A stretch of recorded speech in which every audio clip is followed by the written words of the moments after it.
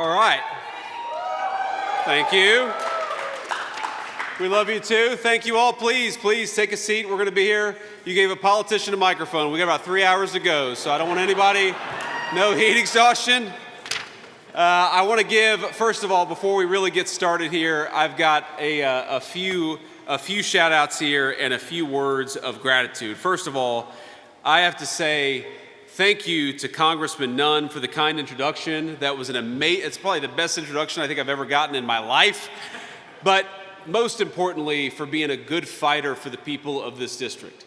Because when you send somebody to Congress, you're never, ever going to agree with every single thing that they do, but you deserve to know that when they're in the halls of power, and especially when the cameras are off, they're thinking about you, about your families, and about your future. And a guy that you have serving this district, Congressman Nunn, is one of those guys who does the right thing, not just when the cameras are on, but when the cameras are off too. And remember, when the President of the United States at the State of the Union address asked everybody, please stand if you agree with the statement that America's government ought to be fighting for America's citizens rather than illegal aliens, Congressman Nunn was standing up and fighting for you, and none of the congressional Democrats could raise their hand.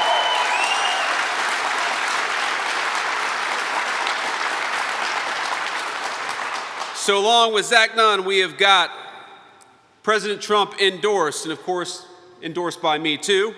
Endorsed candidates for Congress, we have got Chris McGowan in the room. Where's Chris? Please stand up and be recognized. Chris, thank you for everything.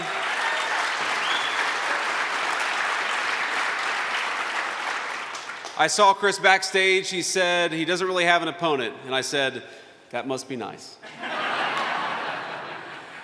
Of course, we ran against Kamala Harris and Tim Walz last election, so not all that different, but that's okay. That's okay. We have got Joe Mitchell in the house. Where is Joe? Please stand up. Joe, thank you.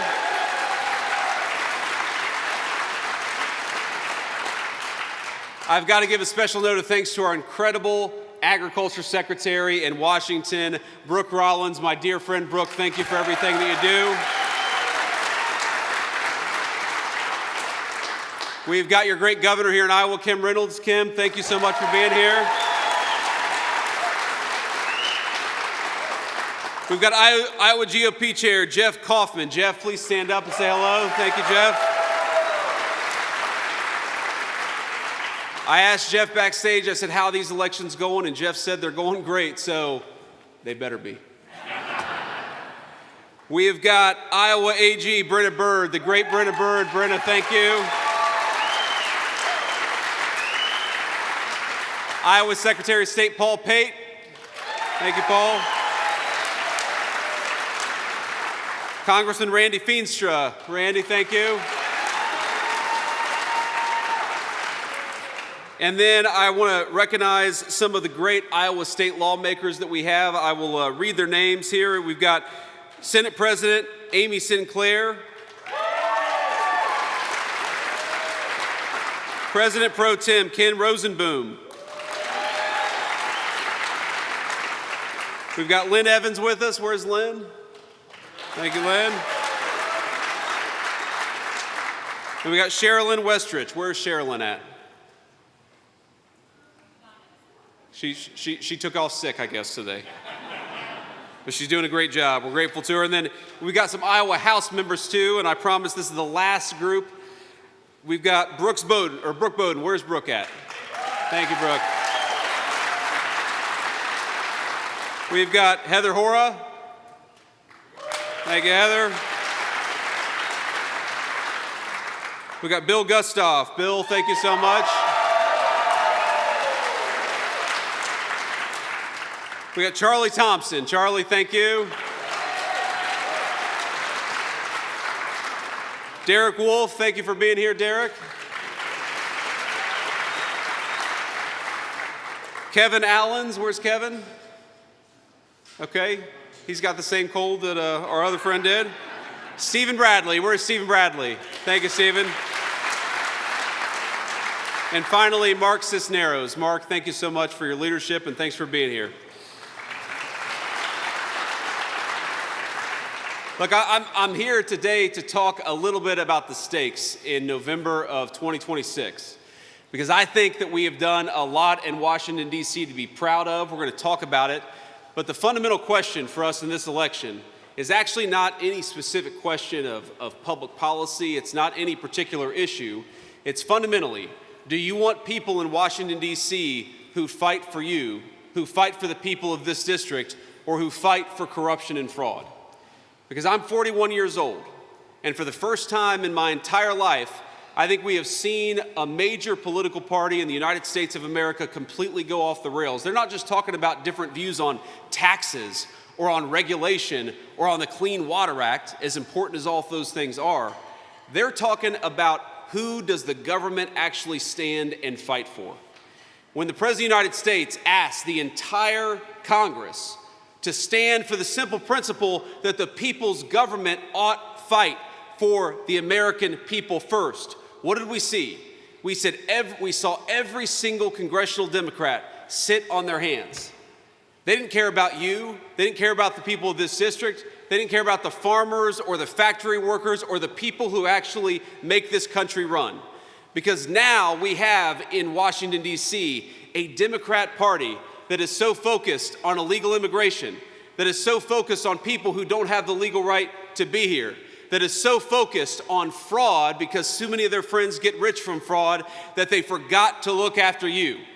And whatever your political views, whether you're a sensible Republican, independent, or even a sensible Democrat, because I know we got a lot of those in Iowa, not in Washington, D.C., I think that you deserve to have a President of the United States and a congressman like Zach Nunn, who fights for you every single day, and that's what he's been doing.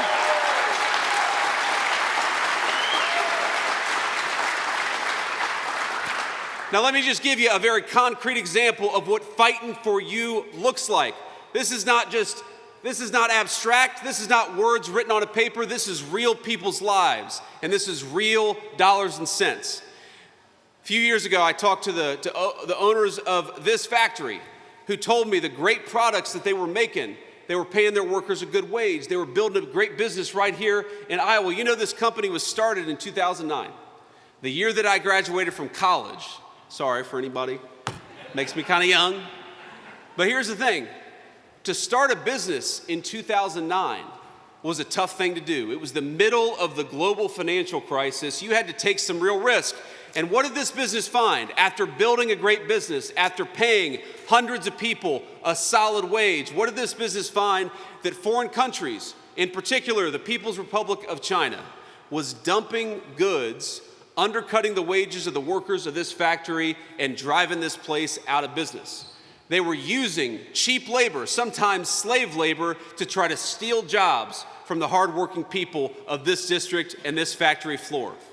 And for my entire life, we had presidents and politicians of both parties who didn't do a single thing to stop it and said, oh, by the way, absolutely, bring those cheap goods into our country. Bring those things that were built by hands of slaves rather than the hands of our own workers. And of course, we knew that when they drove those factories out of business, then they'd come in and jack up the price right after.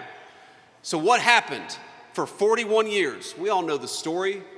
The factories closed down. My hometown, this is the story of my hometown, where I grew up in a community that was proud, where people built things, where new homes were being made. And by the time I graduated from high school, the manufacturers were laying people off. Those big, beautiful factories were shuttering their doors. And we never had a political movement that said enough is enough until Donald J. Trump and Zach Nunn came along.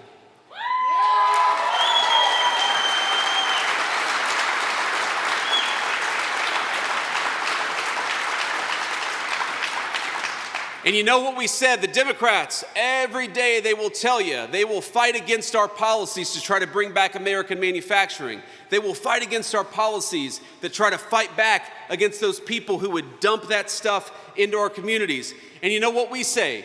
We say that our tax policy ought to be pretty simple, and that's exactly what it has been. If you're building right here in Iowa, if you're making something right here in Iowa, if you're working every single day right here in Iowa, you deserve a tax cut, and that's exactly what we delivered with Congressman Nunn.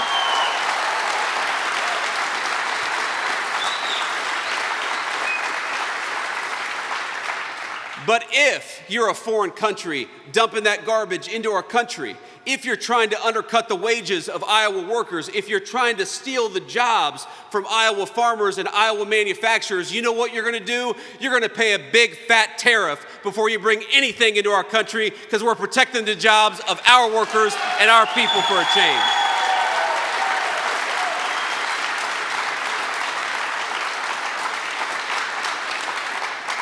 And that's all this is about. When you hear the Democrats attack the Trump administration's tax policies, that's what they're attacking. They're attacking the policies that make it harder for people to steal your jobs, and they're attacking the policies that give you more money to keep in your own pocket. Now, I talked to, the factory owners just a couple of minutes ago, I should say. And you know what they told me? They told me that the working families tax cuts, the tax cuts made possible by Congressman Nunn, that they meant that their business had a lot more money that they could give to workers and higher bonuses and higher salaries, that they could hire more people, that they could expand and create new jobs that didn't exist before. Isn't it nice to have a government that finally is fighting for you instead of fighting against you? And that's what we're trying to have in Washington, D.C.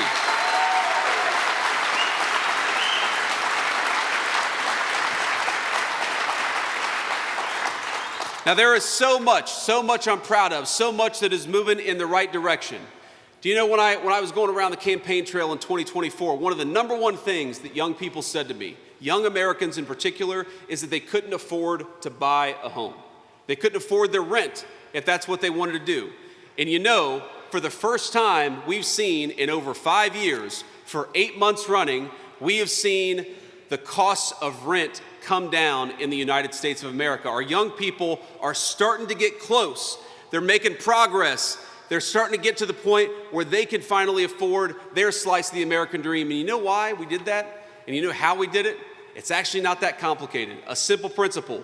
American homes ought to belong to American families, not foreign investors, not foreign owners, and not Chinese investors who are buying up our farmland.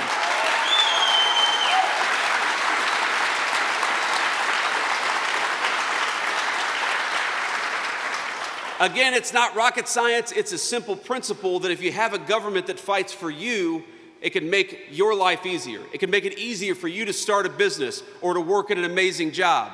We didn't do anything that was particularly difficult. We did something that was simple and common sense. And I think that's what defines the Republican Party in Washington right now, is it's simply about common sense. You want to lower the cost of homes for American families? Here's a simple thing. Why don't you stop giving 30 million homes to illegal aliens? Why don't you seal the border and make sure those homes go to American families for a change? That's how you lower the cost of housing.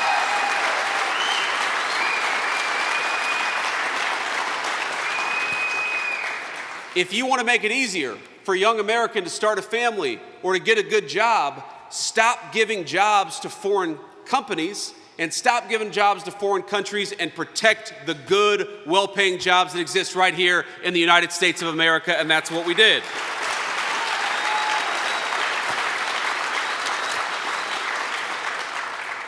And here's the final thing. When we talk about standing for you, again, whatever your views on a specific policy, there is maybe no more important issue than how about when you pay your taxes to the federal government. We just had tax day just a couple of weeks ago. How about you have a government that actually takes those resources as what they are? Your sweat, your tears, your time away from your family, and protects every single one of those dollars. And that's what we're doing by going after fraud, finally, in the federal government.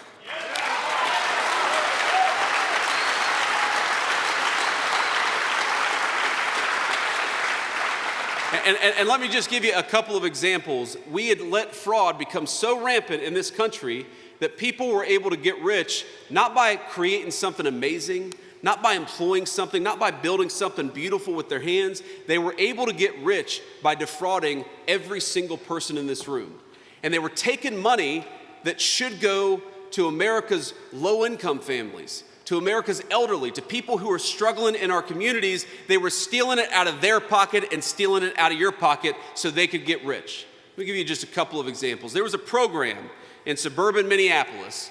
It's actually a national program, but it was taken advantage of in suburban Minneapolis, where what we do is that we make it possible, the American people in their generosity make it possible for the parents of young children who are autistic to get access to after-school services. And I think that's a cool thing because Americans, we take care of one another. But you know what happened? That money wasn't going to the parents of autistic children.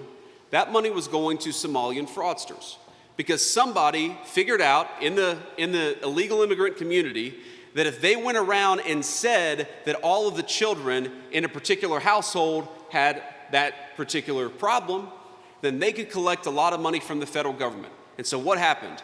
You paid your taxes, those people got rich, and the families who needed those services never got to access those services.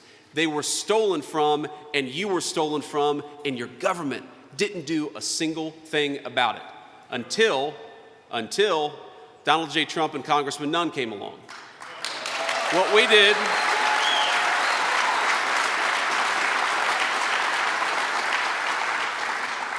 What we did is very simple. We went to the state of Minnesota and said, we want you to audit the people who are getting access to these funds.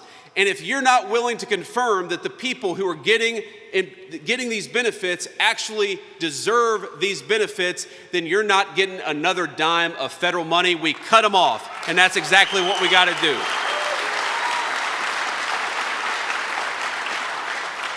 And ladies and gentlemen, people have asked me, I'm the leader of the fraud task force in Washington, and people have asked me, is that a hard job? And I say, well, let me think. Finding fraud in the federal government, it's kind of like fishing in a barrel with dynamite. Every week, I get a report from the task force. We have our weekly meeting, and I am shocked every single day by the things that we find. Just one of the all-stars on our fraud task force is our great Agriculture Secretary Brooke Rollins. And Brooke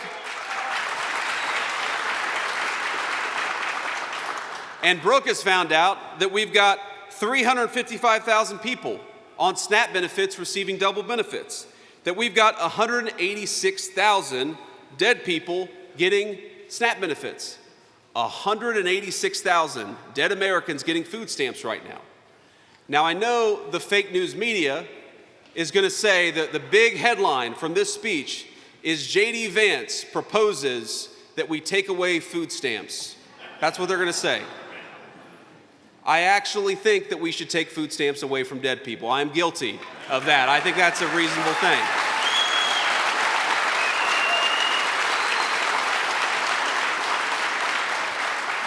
I also was talking to Brooke backstage, and she said, you know that there are people who have this is not a joke. There are people who have Lamborghinis who currently receive SNAP benefits. I said, that's interesting. I'm a pretty conservative guy, but I would think that like 95% of the United States of America would agree that if you are wealthy enough to afford a Lamborghini, then you are wealthy enough to not receive SNAP benefits from the American people. Is that common sense?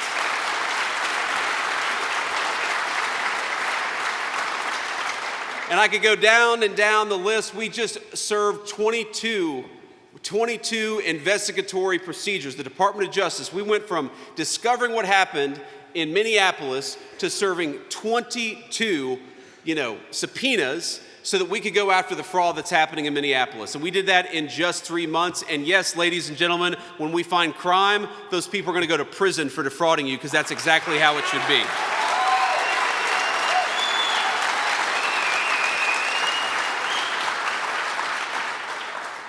Now, the last thing I want to talk about, my friends, is we know that under the Biden administration, Iowa farmers and farmers all over the United States of America were hit, and they were hit hard. What we've done using the president's trade authorities and using his incredible trade policies is that we have doubled the export market for Iowa farmers in just 18 months. And that is an amazing thing, because what happened for years is that people would dump their agricultural products into the United States of America, but said, you're not allowed to sell great Iowa product overseas. Well, we flipped that on its head. We told all those countries, you're done dumping that crap into the United States of America, and if you don't want to pay a higher tariff rate, you better let Iowa farmers sell into your country, and every single one of them have let Iowa farmers sell into their country. Again, it's amazing what happens when you got a president and a congressman who's fighting for you instead of fighting against you, and that is the record that we've had over the past 18 months.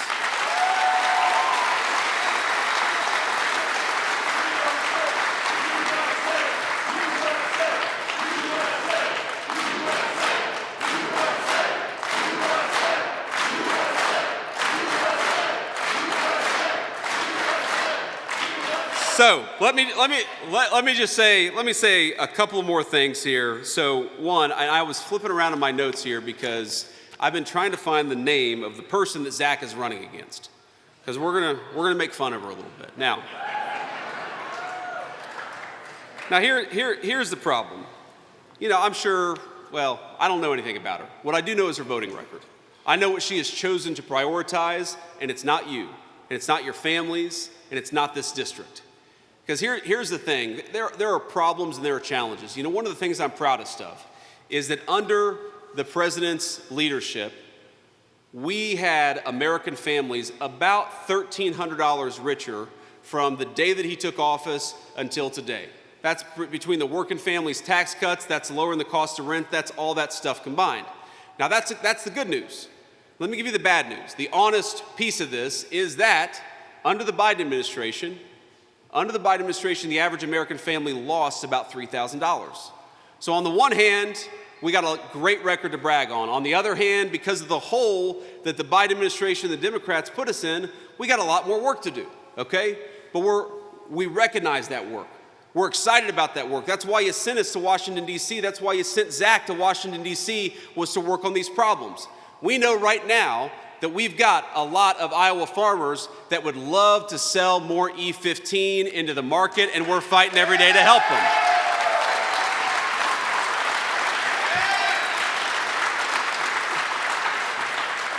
Now, I said that, I did not even see the E15 crew we got over here. I need one of those t-shirts. But the congressman has got legislation that's working right now, and we're working on it every single day because, number one, we want Iowa farmers to have access to more markets, but number two, we want everybody, all of our fellow citizens across our 50 great states, to benefit from what's made right here in Iowa. That's why we're fighting for E15. We also know that a lot of our farmers are struggling with high fertilizer prices. I'm aware of that. As the President of the United States has said, we got a little blip in the Middle East. We got to take care of some business on the foreign policy side. But you know what we're doing simultaneously? We're working with the congressman, and we're finding ways every single day to make sure that you guys and the farmers of this great state get access to the products that they need. We're working on it. We're working on it every single day. Now, when I see Iowa farmers who need to get that E15 to market,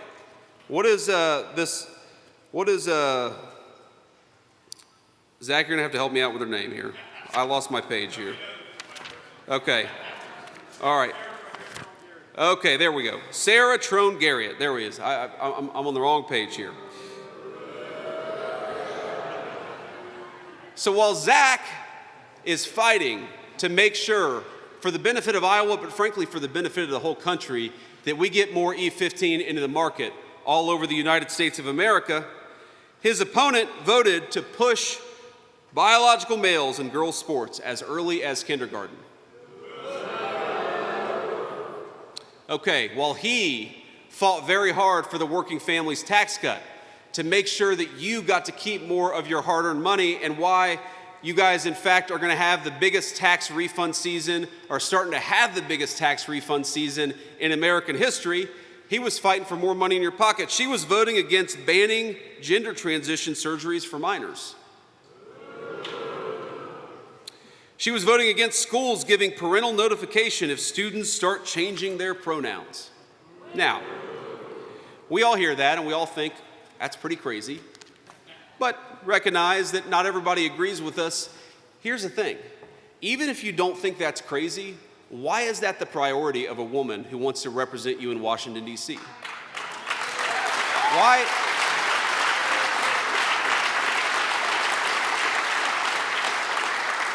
Why isn't she working to increase your take-home pay? Why isn't she fighting for the farmers to get more of that E15 all over the United States of America? Why isn't she fighting to lower housing costs for the people of this district, the people of this state, and the people of the United States of America? And it goes back to the question that I asked at the very beginning of this discussion. We have two parties in Washington, D.C. And I hate to say this because I was raised by blue-collar union Democrats. My mama and papa, they said that back when they were voting in the 80s and 90s, the man and woman who raised me, Mama and Papa said, we're for Democrats because Democrats are for working people. And I don't think that's true anymore, my friends. And it's a heartbreaking thing. It's heartbreaking for a kid who came from a Union Democrat family to realize that Democrats these days, they seem to care more about gender transition than they do about you keeping more of your hard-earned money. And I really do believe this, that there are Democrats like my mama and papa all over the great state of Iowa, but I hate to say it, and I hate to break it to you, but there are none left in Washington, D.C. The Democrats in Washington, D.C., they want to trade stocks, insider trading for money, just like Nancy Pelosi did. The best part of the State of the Union address is when the President of the United States called out Nancy Pelosi for her stock trading, and I look over at her, and she has got the sourest look I have ever seen on a human being's face. It turns out Nancy Pelosi likes nothing less than being called out for her insider stock trading. We're just talking about the State of the Union. You have this beautiful 6-year-old girl. You may remember this. It was a few months ago, but it was a very revealing moment about who our respective political parties stand for. Because this little girl had been shot by an illegal alien. But she had survived. Miraculously, she was in amazing condition. She was a sweet, just a really cute kid. And, I'm the father of a 6-year-old boy. He's actually here with me. He's backstage. And this girl was so proud. She was proud to be there in the chamber, and she gives her dad a big hug. And the Republicans all stand and cheer, and the Democrats all sit on their hands. And I remember thinking to myself, what is wrong with you that you cannot stand up and cheer for a 6-year-old girl who survived an assassin's bullet? What is wrong with you that you cannot vote to give more money in the pockets of Iowa farmers and Iowa factory workers? What is wrong with you when you cannot stand up for the Americans, some of whom literally have taken bullets in the United States of America, but you fight every single day for illegal immigrants who have no right to be in the United States in the first place? And what does it say about a political party that they have fought more against our anti-fraud efforts than they ever did to protect your dollars and to protect the benefits of the people who use those benefits? My friends, this is not a normal election. This is not a normal political environment. This is a contest between a party that wants to take all of your money and give it to illegal aliens, and a contest between gentlemen like Zach Nunn, who fight every single day for you. And I have a simple question here, which is, do you want somebody who votes to give your money to illegal aliens? No. Do you want somebody who votes to raise your taxes? No. Do you want somebody who supports defrauding you and taking money away from poor kids so they can give it to the fraudsters? No. Then do we want crazy far-left Democrats in Washington, D.C.? No. Here's what we do want. Do we want somebody who fights for you every single day? Yes. Do we want somebody who has put more money in your pocket? Yes. Do we want somebody who gives E15 all over the United States of America so Iowa farmers can profit from it?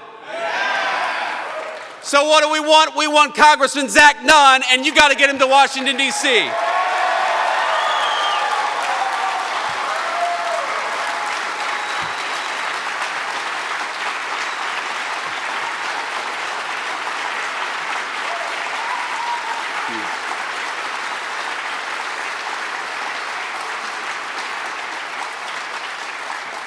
So let me just say one more thing, my friends, and then I will hit the road.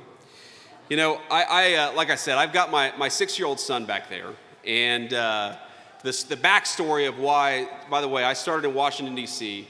We flew from Washington to Ohio. I voted in Ohio's primary today. From Ohio, that's right. The media asked me who I voted for, none of your business. Went from Ohio to Oklahoma City to do a fundraiser for the Republican National Committee, and then I came here to be with all of you this evening. And, you know, I can't wait to tell my wife when we get home that we've watched about 9 episodes of X-Men, and my son has eaten 4 chocolate chip cookies. She's going to be very pleased with the vice president. But here's the thing. It kind of just worked out. I wasn't planning this, but I've got my 6-year-old because last week I took his little sister on a trip, and he was feeling a little jealous. And, you know, when he's a kindergartner, it's not like missing schools, no offense, but one day of kindergarten is not going to cause him any problems. So he came out with me today, and we've had such a good day, and it's just been an amazing thing. I always enjoy coming out and doing events like this, but to do it with your 6-year-old son by your side is really an amazing thing. But as it happened, when we landed here in Des Moines, or at the airport there in Des Moines, we met a couple of Gold Star families from Iowa. And a couple of you probably know this, maybe all of you know this, that in, you know, what's going on in the Middle East, this operation in Iran, Iowa has borne a heavier burden maybe than any other state in the union. This great state has lost about half of our KIA, and I know that you all will join me in saying that we love them and we're proud of them and we're praying for them every single day.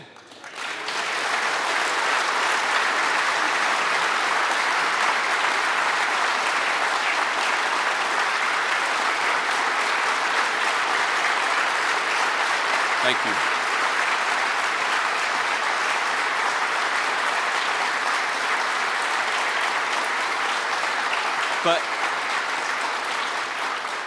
But also on the tarmac, a couple of Gold Star families met me, a couple of families who've lost people just in the last 9 or so months, one in Iran and then one in Syria about 9 or so months ago.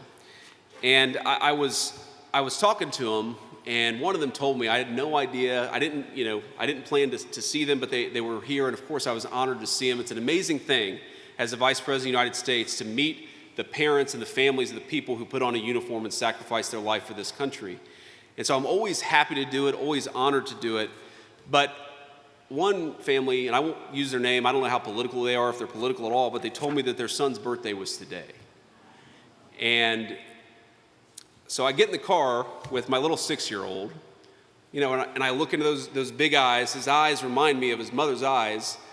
And I think to myself, what an amazing blessing it is to be able to be a father in the freest and most prosperous country anywhere in the history of the world. And